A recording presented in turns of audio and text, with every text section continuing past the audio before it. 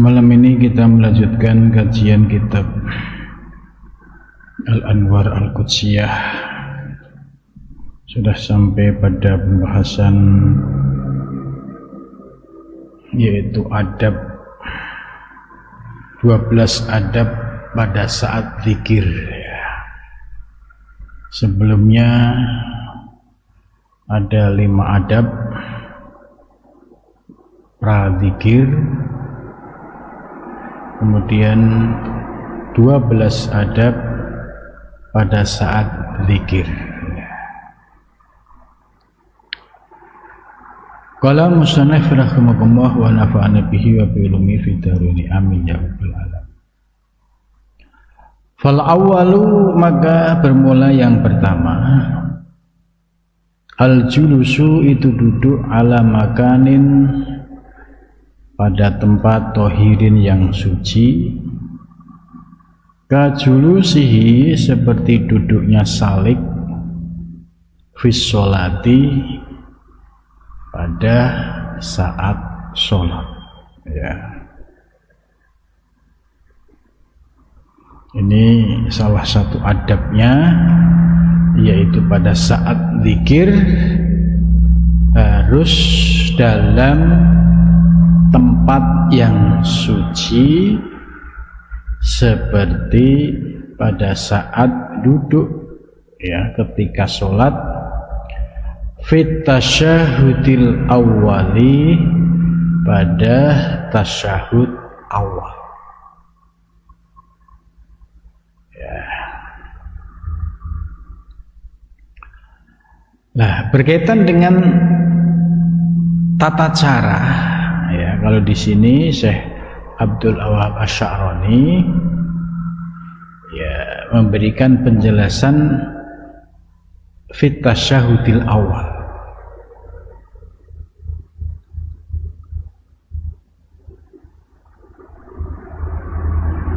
Nah, duduk tasyahud awal ya itu beda dengan duduk tawaruk, ya. Kalau duduk tawaruk itu duduk tahiyat akhir. Kalau tasyahud awal hanya posisi ya seperti kita duduk pada tahiyat awal. Nah, bagaimana dengan kaifiat Naqsabandiyah, ya? Kalau Naqsabandiyah sudah punya kaifiat, yaitu seperti tasyahud akhir, duduk tawaruk, ya, tasyahud akhir dalam posisi ke kiri, ya. Kalau normal tasyahud akhir kan posisinya ke kanan, tapi kalau zikir Naqsabandiyah posisinya tasyahud akhir tapi ke kiri. Nah, kaifiat ini tentu kaifiat yang diperoleh dari para guru, ya, guru dari guru sampai kepada Syekh Sulaiman Juhdi, naik lagi sampai Syekh Bahauddin An-Naqsabandi, naik lagi sampai Sayyidina Abu Bakar As-Siddiq, baru dari Rasulullah Shallallahu Alaihi Wasallam. Kemudian pertanyaannya, kenapa kalau ini dari Rasulullah kok tidak mutawatir? Itu. Jadi apa yang disampaikan oleh Rasulullah itu ada yang disampaikan secara umum. Maka akhirnya apa yang disampaikan secara umum itu masuk kategori hadis yang mutawatir karena didengar oleh banyak jamaah. Sementara kaifiat yang diberikan kepada Sayyidina Abu Bakar As-Siddiq itu segmentasinya terbatas. Nah, terutama ketika fase Mekah,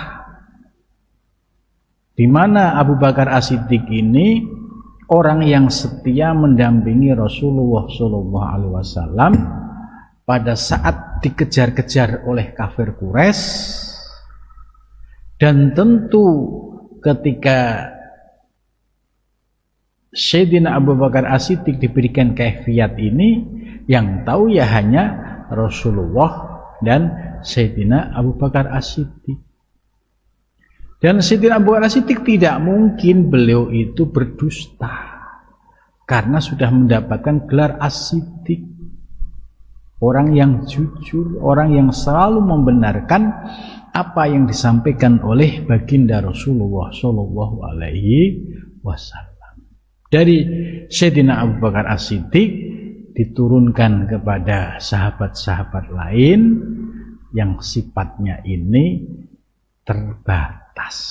Maka kalau dicari hadisnya ya nggak masuk kategori mutawatir. Gitu. Lah apa yang dirasakan oleh Sayyidina Abu Bakar As-Siddiq juga disampaikan juga oleh Abu Hurairah. Abu Hurairah mendapatkan ilmu dari Rasulullah itu ibarat dua wadah.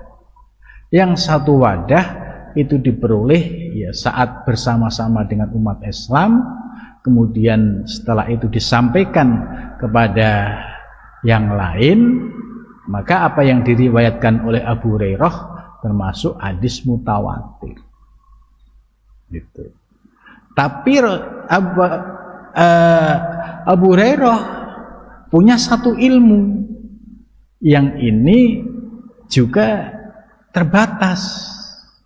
Bahkan Abu Hurairah menyatakan yang satu ilmu ini andai aku ungkap secara terbuka di depan publik, niscaya mereka akan memotong leherku karena dianggap kafir. Jadi apa yang disampaikan oleh Abu Hurairah membuktikan bahwa ada ilmu yang sifatnya umum diberikan kepada jamaah secara umum, ada yang segmentasinya khusus terbatas. Nah, ini sesuai dengan apa yang disampaikan oleh Abu Hurairah sebagai pengakuan terhadap sumber pengetahuan atau ilmu yang diperoleh dari baginda Nabi besar Muhammad Shallallahu Alaihi Wasallam. Kemudian asani yang kedua,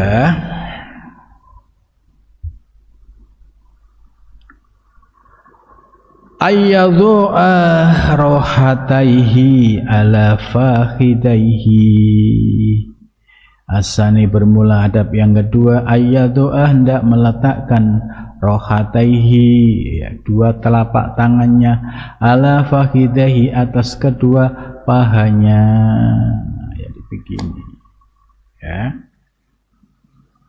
Nah, tapi karena kita harus megang tasbih ya mau nggak mau ya salah satu tangan digunakan untuk megang tasbih. Nah, mungkin yang posisi seperti ini ketika zikirnya zikir sir ya, atau zikir yang tidak menggunakan tasbih hitungan. Wastahabbu, dan mereka mencintai julusahu, duduknya, lil kiblati, menghadap kiblat. Ingkana, jika ada siapa salik, yadkuru, itu zikir siapa salik, wahdahu, sendirinya. Jadi kalau zikir sendirian, dia mencari posisi tetap menghadap kiblat. Wa ingkanu, dan jika mereka ada jamaatan, itu berjamaah, tahallaku, maka mereka membuat halakoh. Halakoh itu melingkar ya, ini yang disebut halakoh. Itu ketika berjamaah kita melingkar itu ketika ya posisinya dihadiri oleh banyak orang. Kalau sendiri ya zikirnya yaitu posisi menghadap kiblat ya. Jadi zikir yang berupa halakoh ya, yang melingkar ini tentu sumbernya ya dari para sahabat, dan para sahabat juga sumber rujukan utamanya ya dari baginda Nabi besar Muhammad sallallahu alaihi wasallam.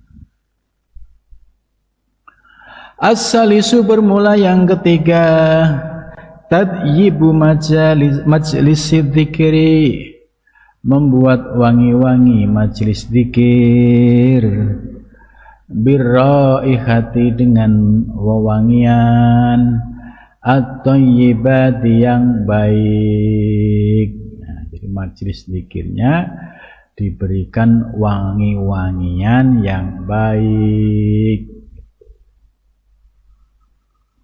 Nah, salah satu wangi-wangian yang di Indonesia itu yang cukup harum, semerbak itu kan gaharu ya. Gaharu itu wanginya di Arab itu disukai. Nah, kemudian sebelum itu di Jawa itu sudah ada model kemenyan gitu. Jadi kita ambil birraihah atau yibah ya, menggunakan wewangian yang baik itu. Ar-rabi'u bermula yang keempat, ayyakuna hendak ada apa malbasahu pakaiannya, pakaian salik itu halalan halal. Jadi pakaiannya bersumber dari rezeki yang halal. Jangan pakai apa itu kaos atau seragam kampanye gitu ya. Ini sebagai ikhtiyatnya, hati-hatinya. Al-khamisu bermula adab yang kelima, ikhtiyarul maudhi'i, memilih tempat, al-mudlimi yang gelap, min kholwatin dari tempat kholwat, au sarot dabin atau ya seperti gua kecil. Nah, kalau zaman dulu ya seperti kayak Nabi mendapatkan tempat di Gua Hira ya, tentu karena zaman itu ya masih serba alami, sehingga Nabi mendapatkan tempat itu yang cukup indah ya. Kenapa indah? Ya, karena untuk bisa naik ke puncak Gua Hira itu membutuhkan kekuatan fisik,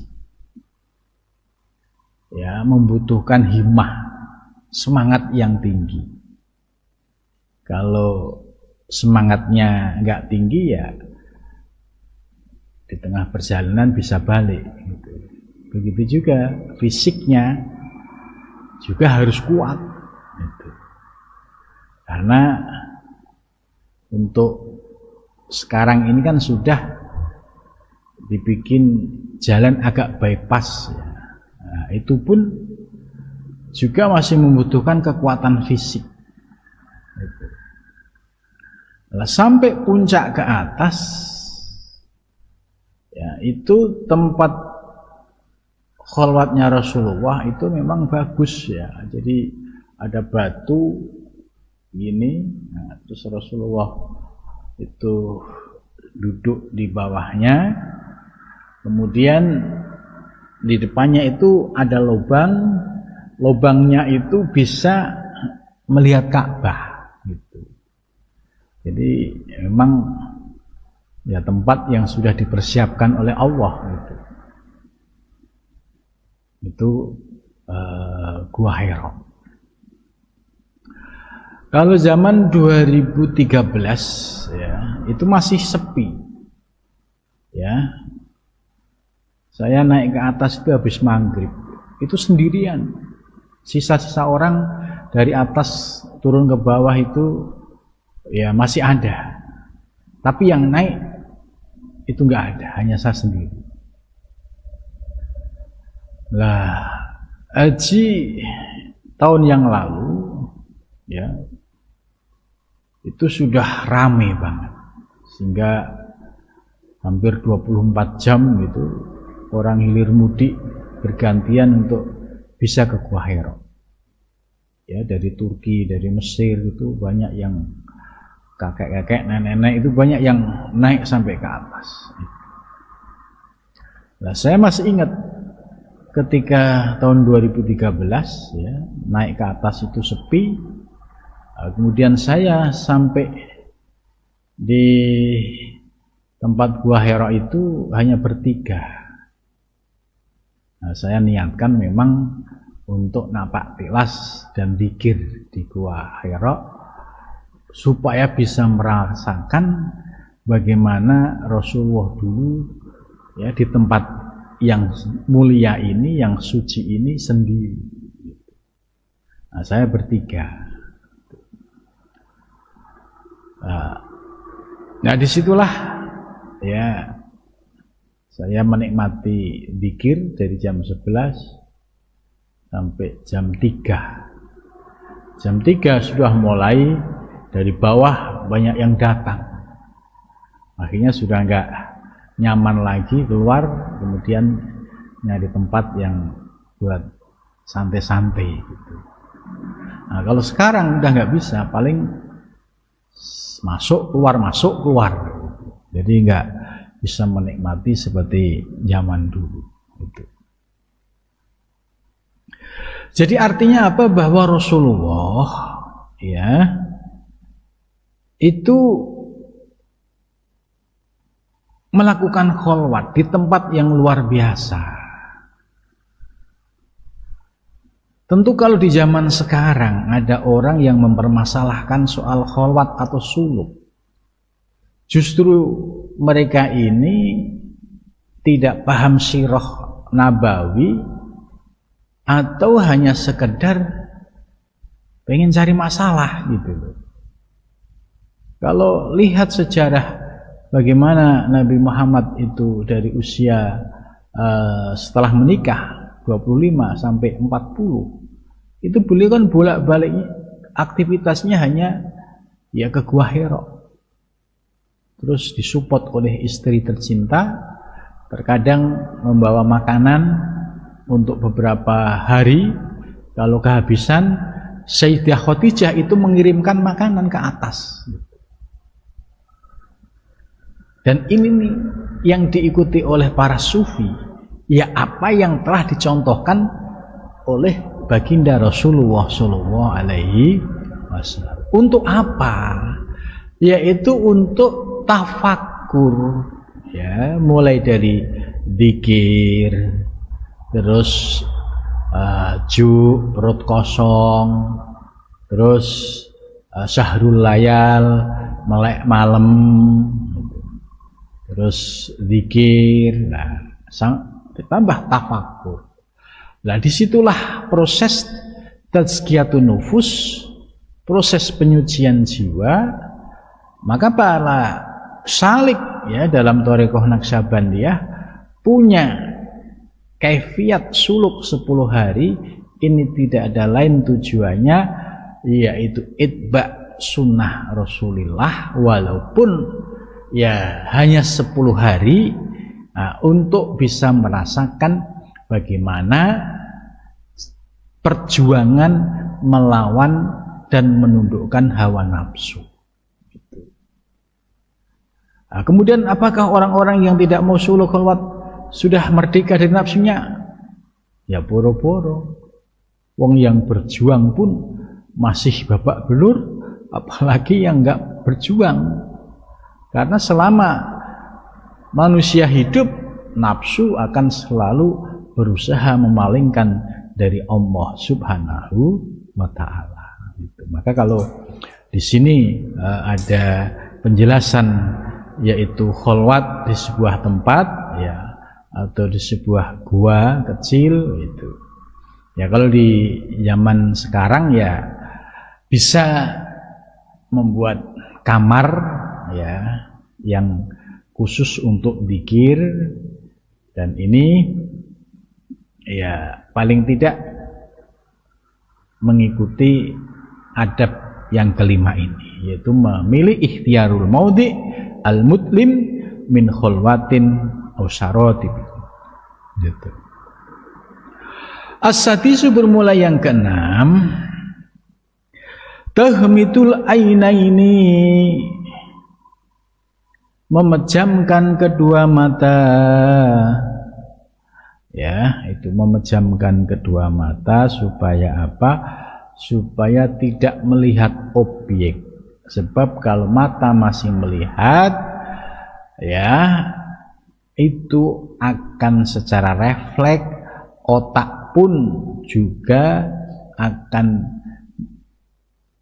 berpikir, berkhayal sesuai dengan objek yang dilihat. Maka dengan memejamkan mata, itu salah satu memutus ta'aluk dengan objek, tujuannya supaya hatinya bisa fokus mengingat Allah Subhanahu wa Ta'ala. Wadzalika, dan demikian itu annadzakira, sesungguhnya orang yang zikir, idza ghamadha, apabila memejamkan siapa salik ainaihi, kedua matanya, tasyuddu, maka menutup alaihi atas salik apa turukul khawasi, yaitu pintu-pintu panca indera, ya, adh-dhahirah, yang sifatnya zahir, syai'an sedikit, fasyai'an maka sedikit. Itu. Jadi maksudnya ketika zikir, posisi memejamkan mata, tujuannya supaya fokus. Gitu. Ya, beda dengan zikir matanya jelalatan gitu. Ya pasti akal pikirannya juga ikut berjalan kemana-mana gitu. Karena dengan memejamkan mata berarti ini memutus ta'aluk dengan objek, sehingga fokusnya yaitu melihat ke dalam hati. Jadi syai'an fasai'an, syai'an fasai'an itu ya sedikit demi sedikit, yang penting jalan. Ya, jangan sampai kemudian apa sih ini maksudnya gitu. Kok saya nggak ngerasain apa-apa gitu. Ya, tujuannya ya itu tadi, untuk mengurangi pengaruh interaksi dari luar diri supaya bisa fokus ke dalam hati. Wa syaddaha yakunu sababan li fathi khawasil qalbi, ya, dengan ditutupnya mata lahiriah itu harapannya supaya menjadi sebab keterbukanya yaitu indera hati. Jadi harapannya hatinya itu menjadi terbuka, sehingga mendapatkan pancaran asror ilahiyah. Ya. As-sabi'u bermula yang ketujuh,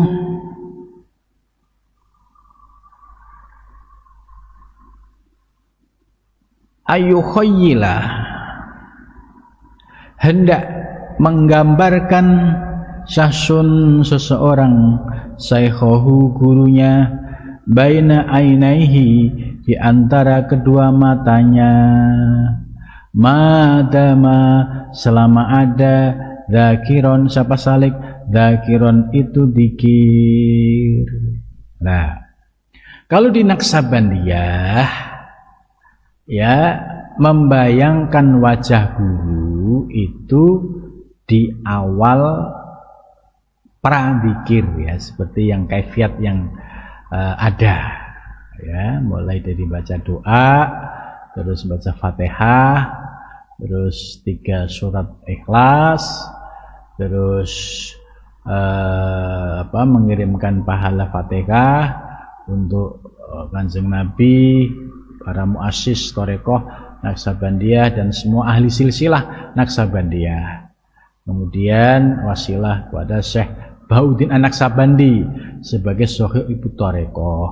Terus setelah itu yaitu memandang wajah guru ya, membayangkan wajah guru ya, baru setelah itu ilahi anta maksudi.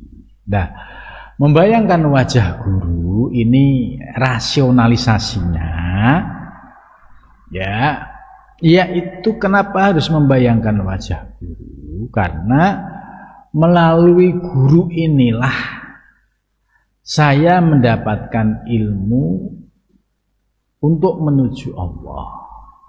Melalui guru inilah saya mendapatkan zikir yang memiliki sanad mutasil hingga Rasulullah Shallallahu Alaihi Wasallam.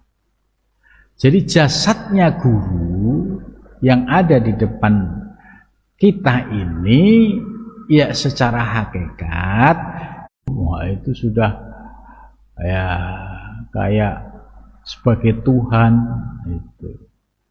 Nah, nanti kalau gurunya sakit, pusing, katanya perwujudan Tuhan kok sakit gitu. Gurunya mati tambah pusing, katanya perwujudan Tuhan kok mati. Nah, ini kenapa demikian? Karena salah memahami konsep robitoh tadi. Gitu. Jadi robitoh ini kan hanya penyambung. Oh, guru yang jasmani ini yang mendapatkan tugas secara rohani, ya beliau mendapatkan tugas untuk menyampaikan bimbingan ilmu, bimbingan zikir, ya semuanya dikembalikan kepada Allah Subhanahu wa Ta'ala. Guru tetap sebagai insan basari, manusia biasa, punya kekurangan, punya kekhilafan. Itu. Lah, sisi lain dari guru, beliau mendapatkan mandat rohani dari gurunya. Gurunya tentu atas izin dari guru-guru rohani. Nah, itu maksudnya supaya proporsional, gitu. Tidak berlebih-lebihan mengkultuskan, akhirnya pemahaman akidahnya mulai bergeser, ya, berdampak apa? Ya rusaknya akidah. Rusaknya akidah apa? Ta'aluk kepada Allahnya semakin hilang, kemudian ta'aluk kepada guru dengan pemahaman kultus individu tadi semakin membesar. Tapi ketika Allah tunjukkan sifat jabar dan koharnya Allah, akhirnya kecewa. Guru yang dianggap sebagai ternyata manusia biasa, ternyata sakit, ternyata pusing. Nah, ini yang harus proporsional. Jadi supaya kita tidak terjebak pada pemahaman yang tidak tepat gitu. Karena ini sangat tipis sekali gitu. Dan gurunya juga nggak boleh GR gitu ya. GR, wah saya ini nggak boleh. Kalau muncul GR ya repot akhirnya ujub, takabur lagi gitu. Nah, ini ya seorang guru juga posisinya ya tetap harus sama, harus menjaga kualitas batiniahnya supaya tidak terjebak pada riya, ujub dan takabur. Terlebih berbahaya lagi kalau gurunya memposisikan diri sebagai wali, ditambah lagi memartabatkan diri pada posisi kewalian.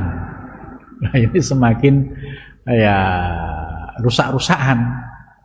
Karena makom wali nggak boleh dideklar, karena itu rahasia Allah. Kalau dia ngaku wali, itu sudah mulai terkena penyakit batin itu. Jadi di sini riskannya ketika kita ngaji tasawuf itu di situ. Declare sebagai wali, itu ya sangat berbahaya sekali, karena bisa jadi itu yang muncul nafsunya pengen pengakuan supaya murid-muridnya pada nurut ya. Apalagi ada motif-motif lain yang sifatnya ekonomi, yaitu sangat lembut sekali di sini ya. Jadi seorang guru ya sama saja biasa seperti kita, hanya posisinya beliau dapat tugas itu aja gitu. Dan seorang guru juga ya posisinya harus tetap ya harus riyadhah istiqomah, zikir istiqomah tetap sama. Nggak boleh terus guru sudah bebas ya, nggak bisa itu, karena dia akan menjadi teladan untuk murid-muridnya. Kalau gurunya sudah malas zikir, gimana muridnya gitu. Karena keteladanan itu ya dicontohkan dari hal-hal yang sifatnya untuk tarbiyah bagi murid-muridnya gitu. Jadi memang agak riskan di sini.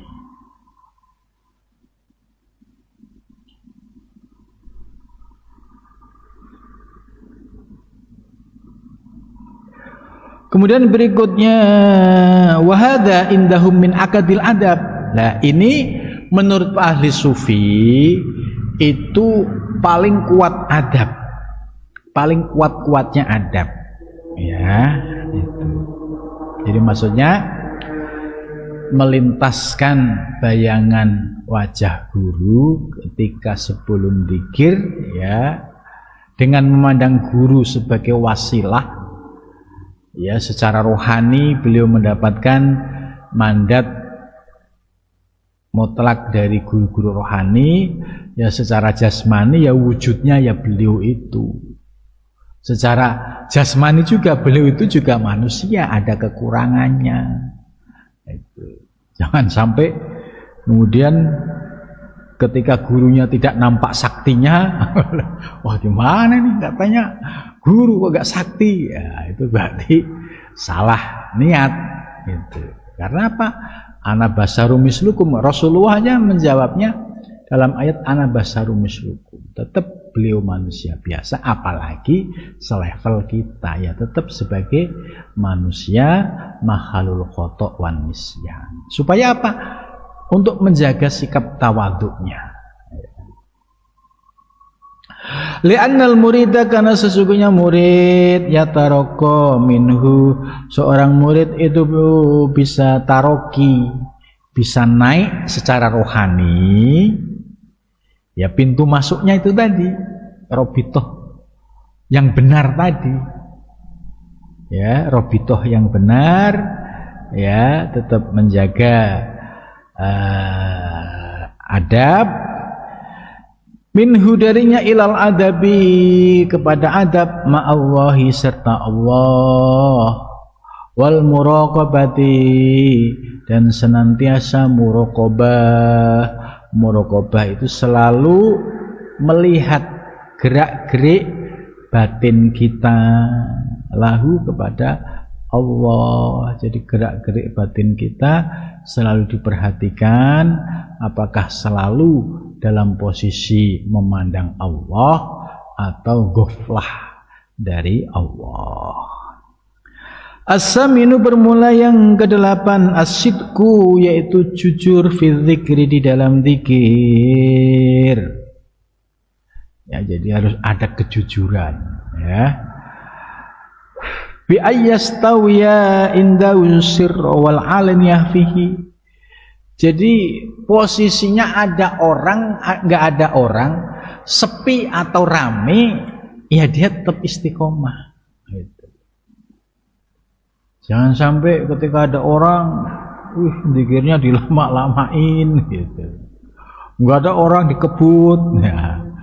Itu namanya masih orientasinya melihat makhluk. Gitu. Jadi as-sidqu fi dzikri ini maksudnya ya semata-mata zikir itu orientasinya mengingat Allah. Ada orang nggak ada orang, fisiri wal alaniyah sama. Gitu. Jangan sampai tergoda ada orang dilama-lamain, nggak ada orang, ya dikebut. Ini namanya belum as-sidqu fi dzikri. At-tasi'u bermula yang ke-9 al-ikhlasu, ikhlas, wa taswiyatul amali, dan menyucikan amal. Jadi yang ke-9 ini penting, syaratnya semua harus ikhlas, semata-mata karena Allah. Ilahi anta maksudi wa ridhaka matlubi wa taswiyatul amal, dan memendingkan amal, mensucikan, membersihkan amal, min kulli saubin, dari segala kotoran, ya, dari kotoran-kotoran duniawi. Wa bisidqi, dan dengan jujur, wal ikhlasi, dan ikhlas.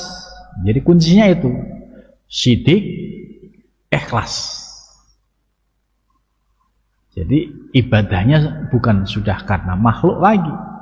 Innas sholati wan nusuki wa mahyaya wa mamati lillah. Sudah itu pegangannya. Ada orang nggak ada orang, ya tetap istiqomah. Dipuji nggak dipuji nggak pengaruh, dicaci nggak ada pengaruh. Nah, karena apa? Sudah asyidku, jujur, sudah lempeng. Ya, beda dengan yang masih ya tahapan pemula, dipuji, GR, nggak dipuji, kecewa. Nah, ini namanya masih labil. Kalau yang sudah asyidku, pandangannya hanya kepada Allah. Makhluk muji nggak pengaruh, makhluk nyaci nggak ngefek. Gitu. Ini kualitas asyidku. Wal ikhlasu, dan ikhlas ya semata-mata karena Allah. Tujuannya pengen ma'rifah, ya. Sebenarnya tujuan pengen ma'rifah ini hanya motivasi saja. Ya, untuk para salik, ya tujuannya hanya motivasi. Wusul ila Allah itu motivasi. Ketika pada tahap sudah istiqomah, ya, selama masih ada harapan untuk ma'rifah, itu justru tidak akan ma'rifah. Karena apa? Masih punya keinginan. Sementara ma'rifah itu wilayah minnah dari Allah. Gimana sikap? Ya sudah pasrah. Itu harus dihilangkan. Ini level mutawasid muntahi. Kalau pemula, ya disemangati gitu. Ketika nanti dia sudah tahap tertentu, ya dengan sendirinya sudah nggak ada keinginan untuk ma'rifah, sudah pasrah kepada Allah. Karena otoritas kemakrifan itu mutlak domainnya Allah Subhanahu wa ta'ala. Tuh. Termasuk ikhlas dalam level para salik yang muntahi, zikirnya tidak karena surga dan neraka, tidak karena pahala dan dosa. Nah, ini level mutawasid muntahi. Kenapa? Ya karena kalau masih berharap pada pahala, ya, itu berarti masih berharap sesuatu selain Allah, karena pahala itu kan iming-iming. Gitu. Berharap surga, surga itu kan juga sama, dia makhluk ciptaan, hanya balasan. Kalau kita ingin balasan, bukan pemilik balasan, kan rugi. Ya, sementara tujuan yang hakiki, kita bertemu dengan yang punya surga, punya neraka. Maka pada level ini, ya seperti yang diekspresikan oleh Rabi'ah al-Adawiyah, ya, dengan megang dua barang, yang satu ember, tangan kanan, yang satu api, ya, tangan kanan megang ember. Kalau ibadahku masih karena neraka, maka aku siram neraka supaya padam, agar niat ibadahku semata-mata karena Allah, bukan karena neraka lagi, takut neraka. Begitu juga ketika niat ibadahku kok masih pengen surga, sementara surga itu ciptaan makhluk, bukan karena Allah, ya sudah, ya aku bakar, aku siram surga dengan api supaya terbakar, sehingga niatku semata-mata karena Allah. Nah, ini tingkatan ikhlas pada level syalik, mutawasid, muntahi itu sudah pada level itu, ya. Itu. Maka kalau sudah punya dua pondasi, as-sidqu wal ikhlas, itu yasilu, bisa menyampaikan,